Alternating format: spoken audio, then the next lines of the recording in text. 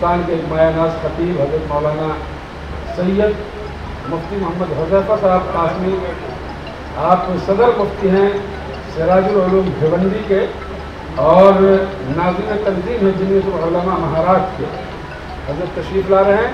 انشاءاللہ حضرت کا خطاب اب ہوگا۔ حضرت تشریف لائیں۔ ہلو، وعلیکم السلام۔ بسم اللہ الرحمن الرحیم۔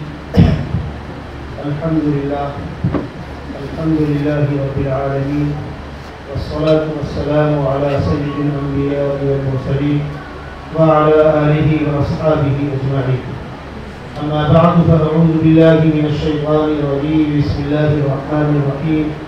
لو انزلنا هذا القرآن على جبل لرأيته خاشعا متصدعا من خشية الله، صدق اللہ مولانا العلی العظیم۔ معزز علماء کرام، حاضرین مجلس، آج کا یہ باوقار انتہائی اہم اجلاس جس عنوان پر منعقد ہوا، یعنی جن طلباء نے اپنے سینوں کے اندر اللہ کی آخری آسمانی کتاب قرآن مقدس کو محفوظ کیا، بزرگوں، علماء، اہل اللہ کے ہاتھوں ان کے سر پر دستار رکھی گئی، اس دعا اور امید کے ساتھ کہ وہ اس قرآن کا بھرم برقرار رکھیں گے اور آئندہ انشاءاللہ ان الفاظ کے معانی، مطالب، مفاہیم، مسائل سمجھ کر پوری دنیا میں دین کے فروغ کا کام کریں گے، اسی امید پر ان بچوں کے سروں پر دستار رکھیں۔ اور ماشاءاللہ ناظم اجلاس اور اس ادارے کے ذمہ دار اور ہمارے قریبی دوست مولانا عبدالقدوس شاکر حکیمی صاحب نے اس بچے کا تعارف کرایا کہ وہ اسکول پڑھنے کے بعد اس نے قرآن پاک حفظ کیا۔ کچھ دنوں پہلے تک ذہنوں میں یہ غلط فہمی تھی کہ جو بچہ اسکول میں پڑھ رہا ہے وہ حافظ نہیں ہو سکتا، اور جو بچہ مدرسے میں پڑھ رہا ہے وہ عصری مضامین نہیں پڑھ سکتا۔ لیکن ادھر 15-20 سالوں سے اب یہ جمود ٹوٹا اور تجربہ یہ بتلا رہا ہے کہ انسان اگر ارادہ کرے تو مشکل نہیں ہے۔ میں آپ کو بتلاؤں، یہ ایک مثال کنہوں نے دی؟ مولانا عبدالقدوس صاحب، آپ کی خدمت میں عرض ہے، ہمارے بھیونڈی میں جس مسجد میں میں خطابت کرتا ہوں، آپ نے شاید دیکھی بھی ہوگی، بڑا نظام ہے، 850-900 بچے اسکولی تعلیم حاصل کرنے کے ساتھ ساتھ دینیات حاصل کر رہے ہیں۔ اس میں ہم نے مستقل ایک شعبہ کھول رکھا ہے کہ اونچے کلاس کے بچے اگر حفظ کرنا چاہیں تو ظہر سے عصر کے بیچ میں اساتذہ اسی کام کے لیے مختص ہیں۔ 9 بچے انسان حافظ ہوئے، اس میں میرا بھتیجا بھی 11ویں کلاس میں پڑھتے ہوئے اس نے حفظ کیا۔ 9 بچے اسکول میں پڑھتے ہوئے، اس میں زیادہ بچے انگلش میڈیم کے ہیں۔ ابھی جمعرات کو ان کی تکمیل قرآن کی مجلس تھی اور اخبار میں اس کی رپورٹ بھی آئی تھی، اور ہماری کوشش یہ ہے کہ وہ 9 نہ ہو کر 100-200 ہو جائیں، کوئی مشکل نہیں، اللہ کی رحمت سے کچھ بعید نہیں ہے۔ اور حفظ کرنے والے ضروری نہیں ہے کہ 4 سال 5 سال لگائے، سال 6 مہینے کے اندر بھی اللہ اپنی رحمت سے بندے کو نواز دیتا ہے۔ ایک بات۔ دوسری بات، ان مدرسوں کے تعلق سے کچھ لوگوں کے ذہنوں میں چند پہلوؤں سے غلط فہمی ہے۔ وہ کیا؟ جب یہ دستار بندی کی اخبار میں رپورٹ آتی ہے تو کچھ لوگ تبصرے کرتے ہیں، یہ طوطوں کی طرح رٹا دینے کا حاصل جملہ ہوتا ہے، یہ آپ لوگ بچوں کو الفاظ رٹاتے ہیں، اس کا حاصل اس سے بہتر تھا کہ آپ کو 2-5 پارے یاد کرائے ہوتے اور ترجمہ سکھا دیا ہوتا۔ پہلی بات تو یہ ہے کہ دماغ سے یہ خط نکال لیں، آپ کی اردو کا ترجمہ پڑھ کے آپ بڑے علامہ بن جائیں گے۔ قرآن کی اپنی زبان، قرآن کا اپنا انداز، اپنا طرز، عربی بلاغت، اس سے واقف ہونے کے بعد تو واقعتاً قرآنی مضامین سے آپ کو لذت ملے گی اور آگے بڑھنے کے مواقع ہوں گے۔ اردو کا ترجمہ پڑھ لینے کے بعد اتنا تو ہم کہہ سکتے ہیں، جس طرح قرآن پاک کے الفاظ پڑھنا باعث سعادت ہے، ترجمہ پڑھنا ہی باعث سعادت ہے۔ اگر کسی نے سمجھاؤ کہ میں ترجمہ پڑھ کر مفسر بن جاؤں گا یا مجھ کو قرآن پاک میں رائے دینے کا حق ہے، غلط فہمی ہے، گمراہی کی گہری کھائی ہے جہاں سے نکلنا ممکن نہیں ہے۔ اس لیے کیوں قرآن اس کا کچھ حصہ اخلاقیات پر مشتمل ہے، کچھ حصہ انسانیت پر مشتمل ہے، کچھ حصہ گزری ہوئی قوموں کے واقعات پر مشتمل ہے، لیکن آپ بھی سن لیں، دنیا کا چھوڑ کر سن لیں، قرآن کے اندر اسلامی حکومت کا دستور بھی ہے، قرآن کے اندر فرائض و واجبات بھی ہے، قرآن کے اندر میراث کی تقسیم بھی ہے، قرآن کے اندر نکاح، طلاق، خلا، فسخ، وقت، اس کے مسائل بھی ہیں۔ یہ مسائل آسان نہیں ہو سکتے، اور میں رکھ کر آپ سے پوچھتا ہوں، آپ بچوں کو LLB کب بناتے ہیں؟ مکتب میں، پرائمری میں؟ اس LLB کے دور سے تو آپ ترجمہ کر کے اردو پڑھائیے پرائمری کے بچوں کو، بن جائیں گے وکیل۔ کچھ شرط ہے تو قرآن کے وہ مضامین جو احکامات پر مشتمل ہیں، دستور پر مشتمل ہے، دفعات پر مشتمل ہے، وہ ترجمہ سہل ہو جائے گا۔ دنیا کے سارے پاگلوں کو یہی عقل لگانے کا موقع ملتا ہے، غلط بات۔ ترجمہ احترام سے آپ پڑھیں، اس سے کوئی منع نہیں کرتا۔ مجھ سے ایک صاحب نے پوچھا، آپ حضرات علماء دیوبند ترجمے سے منع کرتے ہیں؟ میں نے کہا اگر منع کرتے ہوتے تو 50 سے زائد تراجم ہمارے اکابر کے نہ ہوتے۔ ہم فخر کے ساتھ کہہ سکتے ہیں ہمارے اکابر کے تراجم حضرت شیخ الہند سے لے کر مولانا تقی عثمانی تک 50 سے زائد تراجم قرآن پاک میں موجود ہیں۔ کس کے لیے کیے گئے؟ اس سے منع نہیں کیا گیا، لیکن اگر آپ یہ سمجھتے ہو کہ اب اس ترجمے کو پڑھ کر قرآن کے مضامین اتنے تک پہنچ جائیں گے، بھولے۔ ان بچوں کو الفاظ یاد کرا دیے گئے۔ اب یہ بچے پہلے مرحلے میں قرآن پاک کو پختہ کریں گے انشاءاللہ، پھر یہ عالم دور سے میں بیٹھ کر قرآن پاک کے مضامین کو بنیاد تک اتر کر سمجھنے کے لیے جو موٹے موٹے علوم درکار ہیں وہ علوم پڑھیں گے، نو پڑھیں گے، سر پڑھیں گے، بلاغت پڑھیں گے، عربی زبان ادب پڑھیں گے، عربی کا مخصوص طرز ہے وہ پڑھیں گے، تب جا کر قرآن کی باریکیوں سے واقف ہوں گے۔ وہ کام رسول ہوتا ہے، اور الحمدللہ ہمارے کسی باصلاحیت عالم سے آپ قرآن پاک کی کسی آیت کا ترجمہ، اس سے نکلنے والا مفہوم، اس سے نکلنے والے مسائل آپ پوچھئے، وہ انشاءاللہ بآسانی بتلا دے گا۔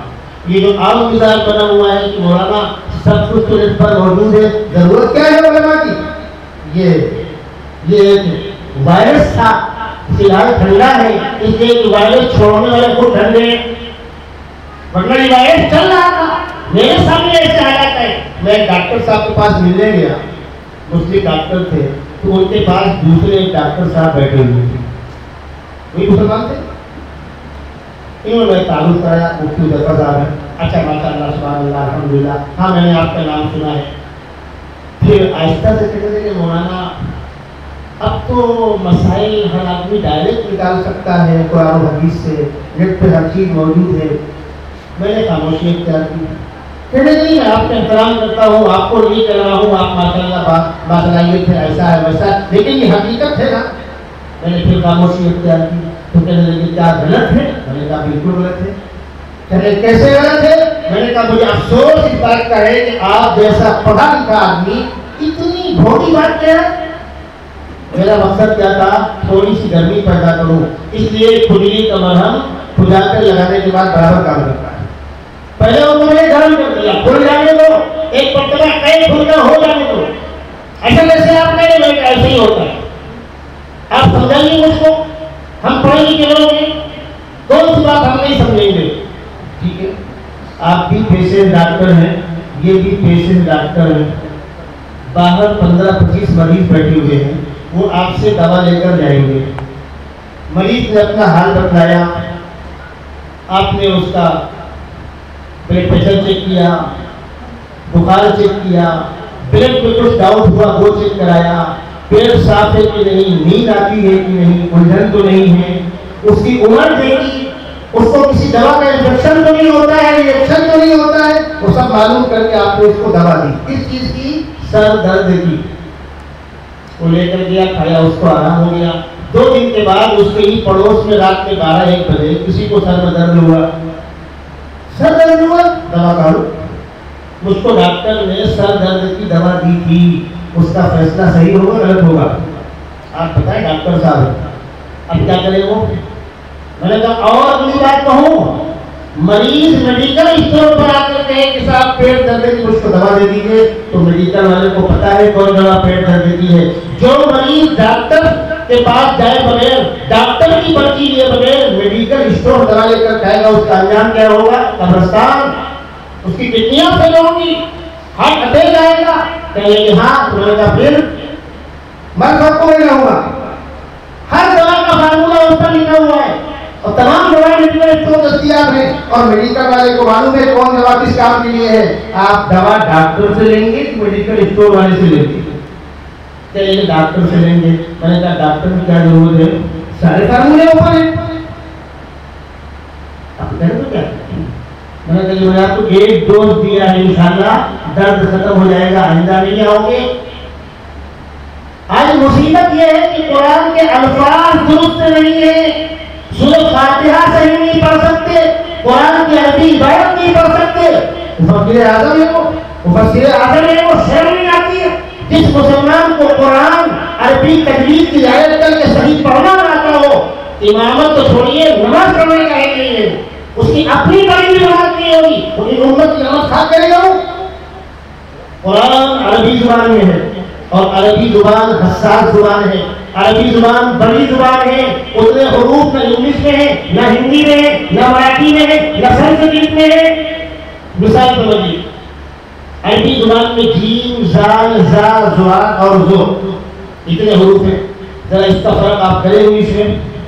انگلش میڈیم سے پڑھیں گے لوگوں، کسی حافظ قرآن سے قرآن سیکھے بغیر آپ قرآن صحیح کیسے پڑھ سکتے ہیں؟ اس لیے کہ آپ نے وہاں جا اور زا پڑھا ہے، وہ زا زال ہے کہ زے ہے کہ زواد ہے کہ زو ہے، یہ فرق کہاں سے لائیں گے آپ؟ جبکہ عربی انتہائی حساس زبان ہے، جیم سے کہو ذلہ عظمت کے معنی، زال سے کہو ذلہ ذلت کے معنی، زے سے کہو ذلہ لفظ کے معنی، زواد سے کہو ذلہ گمراہی کے معنی، زو سے کہو ذلہ سایہ پکڑ ہونے کے معنی۔ یہ میں الفاظ کی بات کر رہا ہوں، یہ الف با تا ہے اس کا۔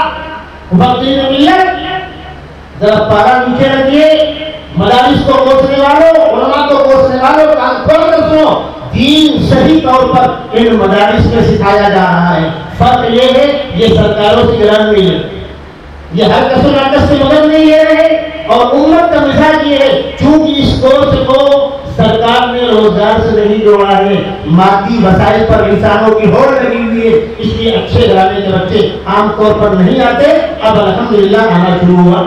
پھر ہمارے گھر میں ہماری فیملی میں 12ویں پاس کر کے حفظ کرنے والے 4 افراد ہیں، میرا خود بچہ ہے، ناممکن نہیں ہے۔ اللہ تبارک و تعالیٰ نے دماغ کے اندر ایک چپ رکھی ہے انسان کے قوت حافظہ کی، وہ چپ کتنی بڑی ہے، دنیا میں جن لوگوں نے دماغ کا زیادہ استعمال کیا، مثلاً وہ محدثین جن کو 16 لاکھ احادیث سند کے ساتھ یاد تھی، وہ بڑے بڑے دانشور انہوں نے بہت پڑھا، ان کی بھی دماغ میں جو حافظے کی چپ ہے وہ 10% استعمال ہوئی، 90% ان کی بھی خالی گئی۔ کوئی یہ فکر نہ کہ دماغ پڑ جائے گا، میموری فیل ہو جائے گی، بالکل نہیں۔ اگر آپ محنت کریں، اور میں اپنے طلبا سے کہوں گا آج رونا اس بات کا ہے ہم وقت کے ضیاع سے نہیں بچ پاتے، وقت کے ضیاع سے بچیے۔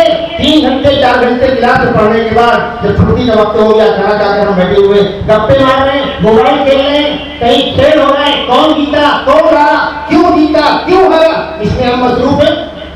کھیل گراؤنڈ تک آپ کھیل لیں، ایکسرسائز کے لیے منع نہیں ہے۔ ہمارے اکابر کھیلتے تھے، ہمارے اکابر لاٹھی سیکھتے تھے، بالم بلہ برچی دوڑنا اچھل کود سب سیکھتے تھے، لیکن کھیل کو مقصد نہیں بنایا۔ کھیل جسمانی صحت کا ذریعہ تھا۔ آپ بھی پڑھیں، آپ بھی کھیلیں، اپنے وقت کو ضیاع سے بچائیے، فارغ اوقات میں کچھ نہ کچھ پڑھتے رہیے۔ اور جب آدمی کو پڑھنے کا مزاج بن جاتا ہے وہ چلتے پھرتے پڑھتا رہتا ہے، چلتے پھرتے پڑھتے رہیے، چلتے پھرتے پڑھتے رہیے۔ جو طلباء یہ 8-9 سالہ کورس محنت کے ساتھ پڑھتے ہیں وہ آفتاب اور مافتاب بن کر دنیا کے اندر چمکتے ہیں۔ کسی ایک بچے کا آپ نام بتا دیجیے جس نے محنت کے ساتھ پڑھا ہو، اساتذہ نے اس پر محنت کی ہو، اور وہ فارغ ہونے کے بعد عربی زبان سے واقف نہ ہو، فارسی زبان سے واقف نہ ہو، اسلامی تعلیم سے واقف نہ ہو، اسلامی فلسفے سے واقف نہ ہو، اسلامی فقہ جس کے اندر یہ سارے علوم ہوں گے دنیا کو ضرورت نہیں ہے. بالکل ہے.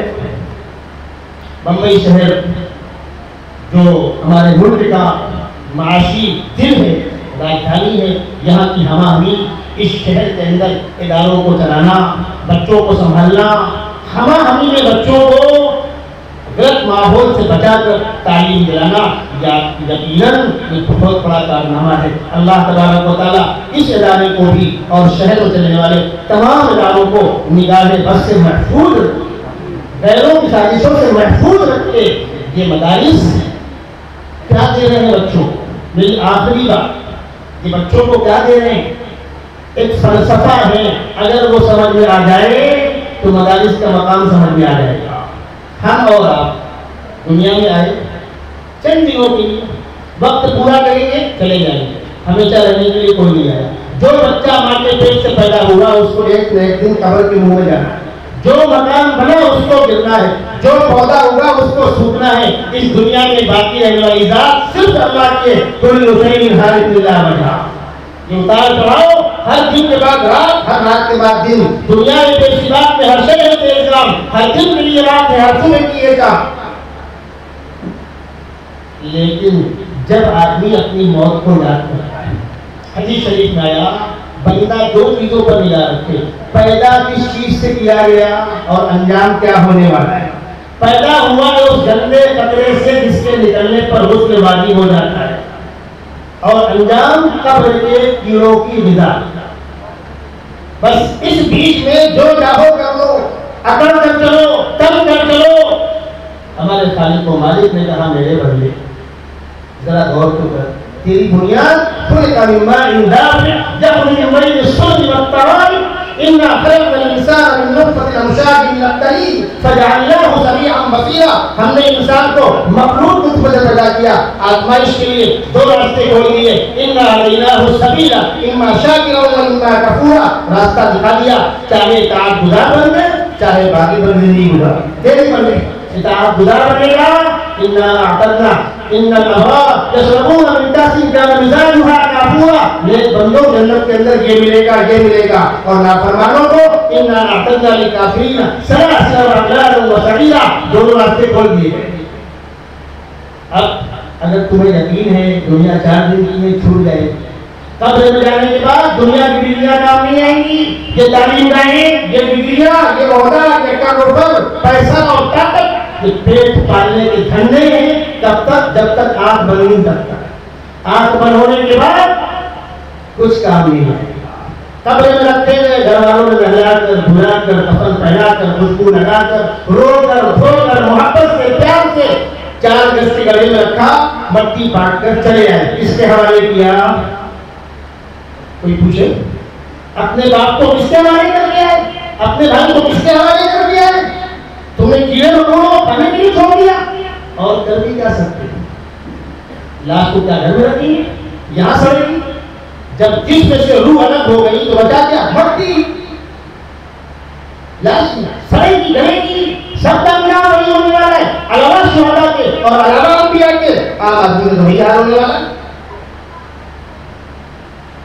یہ حقیقت اگر سمجھ میں آئے گی تو آدمی یہ غور کرے گا کہ بھائی 50-60 سال یہاں رہنا، سارا ہنگامہ یہاں کے لیے.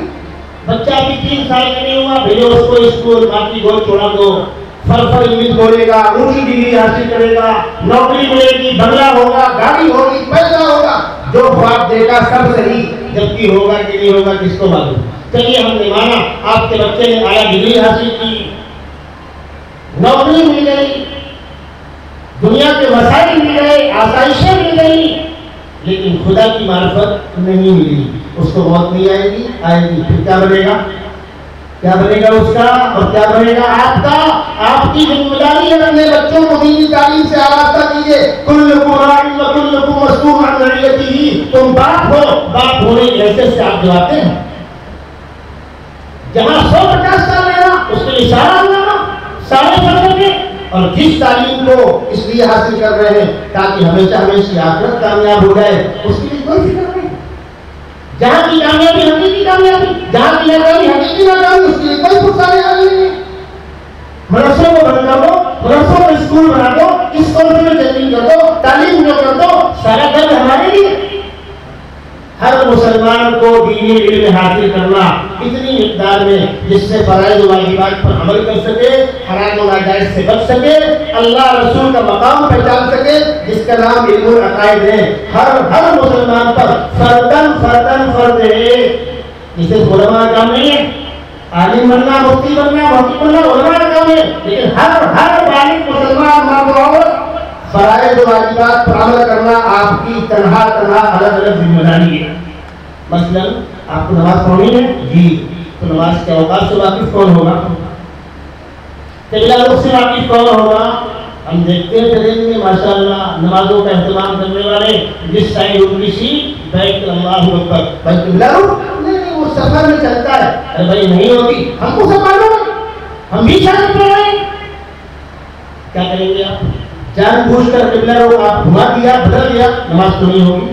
آپ وضو کریں گے، جس پانی سے آپ کو وضو کرنا ہے اس پانی کا پاک ہونا، جس جگہ پر پڑھ رہے اس جگہ کا پاک ہونا، مصلے کا پاک ہونا، کپڑے کا پاک ہونا، اور نیت باندھنے کے بعد آپ کو پھر فاتحہ پڑھنی ہے، قرآن پڑھنا ہے، قرآن صحیح ہونا۔ آج لوگوں نے معیار سمجھا ہے، دم پڑھ لیا، بالکل نہیں۔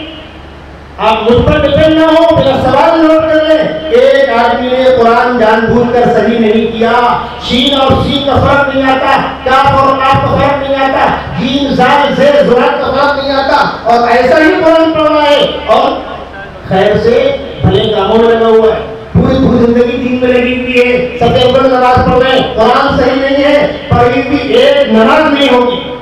ساتھ میں کہہ رہا ہوں، دنیا کے کسی ادارے سے فتویٰ نکال لیں، پڑھی ہوئی ایک نماز نہیں ہوگی۔ جب نماز نہیں ہوگی تو اسلام کی بنیاد تو نماز کے پیرے پر ہے، الصلاۃ عماد الدین، جب نماز ہی نہیں بچا دیا پھر۔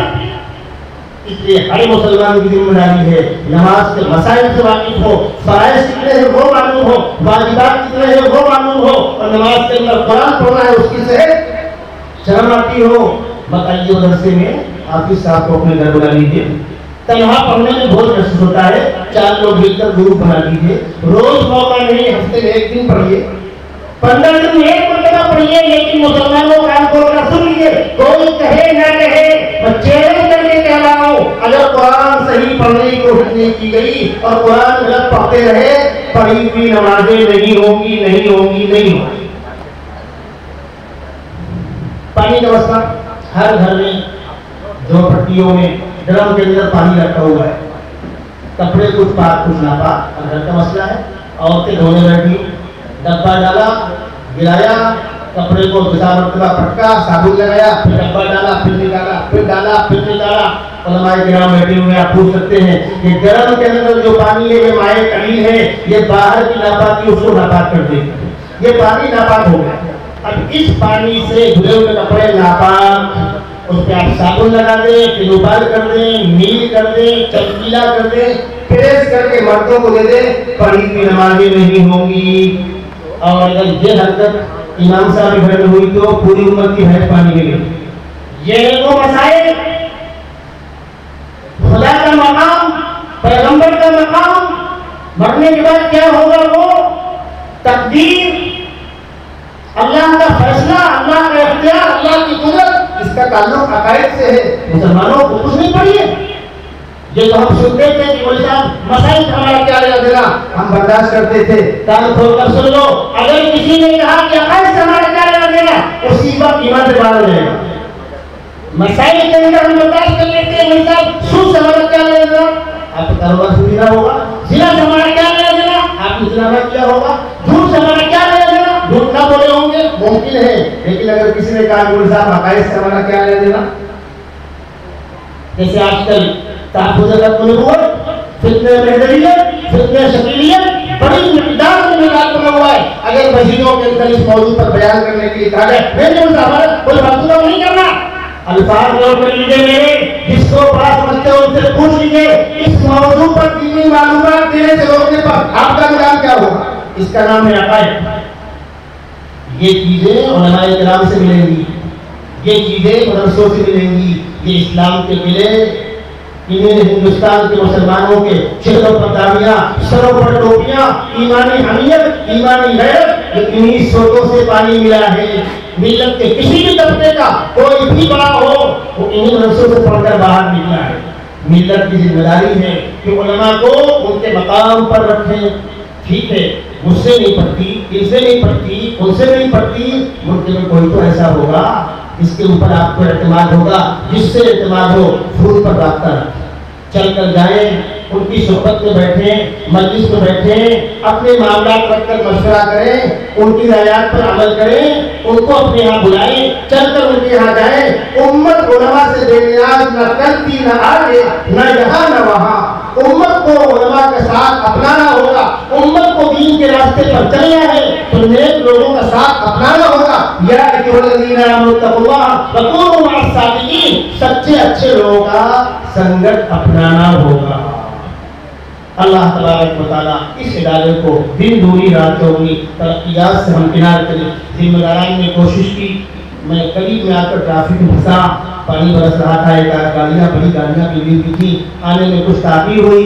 ادارے کے ذمہ دار مولانا قدوس صاحب بار بار مجھ سے رابطہ کر رہے تھے. مجھے بہت خوشی ہے, یہ ادارہ جہاں پر پڑھے تھا وہاں بھی آنا ہوتا تھا, وہ علاقہ زیر تعمیر ہے, انشاءاللہ بنے گا, پھر وہی جائے گا.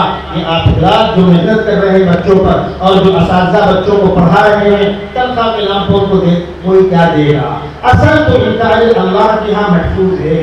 قرآن پاک پڑھنے والے کو بھی ثواب ملے گا, اس کے والدین کو بھی ثواب ملے گا, پڑھانے والے استاد کو بھی ثواب ملے گا, اداروں کے تعاون کرنے والے اہل ثروت کو ثواب ملے گا, اور جو تعاون نہیں کر سکتے محبت کی بنا سے اس ادارے کو دیکھتے ہیں, ان اساتذہ کو دیکھتے ہیں, ان طلبہ کو دیکھتے ہیں, اللہ کے یہاں اس کا بھی ثواب ہے. انسان کی حوصلہ افزائی بہت معنی رکھتی ہے. کسی کا انتقال ہو جاتا ہے, ہم اسے گھر میں کیوں جاتے ہیں؟ کیا مرے ہوئے آدمی کو واپس لے آئیں گے ہم؟ نہیں. کیوں گئے؟ غم بڑھ جاتا ہے. کچھ لوگ جمع ہوتے ہیں تو غم بڑھ جاتا ہے, تسلی کے کلمات کہتے ہیں تسکین ہو جاتی ہے. ایسے ہی کوئی آدمی محنت کر رہا ہے, لگا ہوا ہے, کہیں ملاقات ہو جائے, ہم پانی کو پوچھیں, چائے کو پوچھیں, محبت کے دو بول بولیں. جب غربت کا زمانہ تھا, مسجدیں بنتی تھی, مدرسے بنتے تھے, تو دیہات کے لوگ آ کر کہتے تھے ہمارے پاس پیسہ نہیں ہے, ہم مٹی کھود دیں گے, لکڑی دھو دیں گے, پانی بھر دیں گے. ہم سب کے استاد محترم مولانا صدیق احمد صاحب بانوی نمبر اللہ کے دائرے میں جب تک ہم لوگ پڑھتے تھے, عام معمول تھا علاقے کے لوگ آ کر کے مدرسے کام میں لگ جایا کرتے. اگر آپ کے دل میں ادارے کی محبت ہے, مسجد کی محبت ہے, نیک کام کی محبت ہے, آپ کس لائق ہیں, حسب حیثیت اس میں شامل رہیں. اللہ کے خزانے میں کچھ کمی نہیں ہے. اللہ تبارک و تعالیٰ اس ادارے کو اور تمام اداروں کو شر پسندوں کے شر سے, حاسدین کے حسد سے, فرقہ پرستوں کی سازش سے محفوظ فرمائے. اداروں کے پھلنے پھولنے کے اسباب عطا فرمائے. میں نے شروع میں چند باتیں تلخ کر دی تھی, اس لیے کہ اپریشن درد کے ساتھ ہی ہوتا ہے. وہ اپریشن ضروری ہے, سب ٹھیک اور سب چلے گا. یہ فلسفہ بند کیجیے, حق حق ہے, باطل باطل ہے. صحیح سوچ, صرف عبادت کر لیا نجات ہو جائے گی؟ نہیں. عقائد درست ہونے چاہیے, مسائل معلوم ہونا چاہیے, قرآن درست ہونا چاہیے. اور جو حضرات علمی خدمات انجام دے رہے ہیں ان کے تعلق ذہنوں سے غلط فہمی دور ہونی چاہیے. کل بھی وہ دین کے محافظ تھے, آج بھی وہی دین کے محافظ ہیں, اور انشاءاللہ قیامت تک دین کے محافظ وہی رہیں گے. اللہ ہم کو اس کی قدر کرنے کی توفیق عطا فرمائے.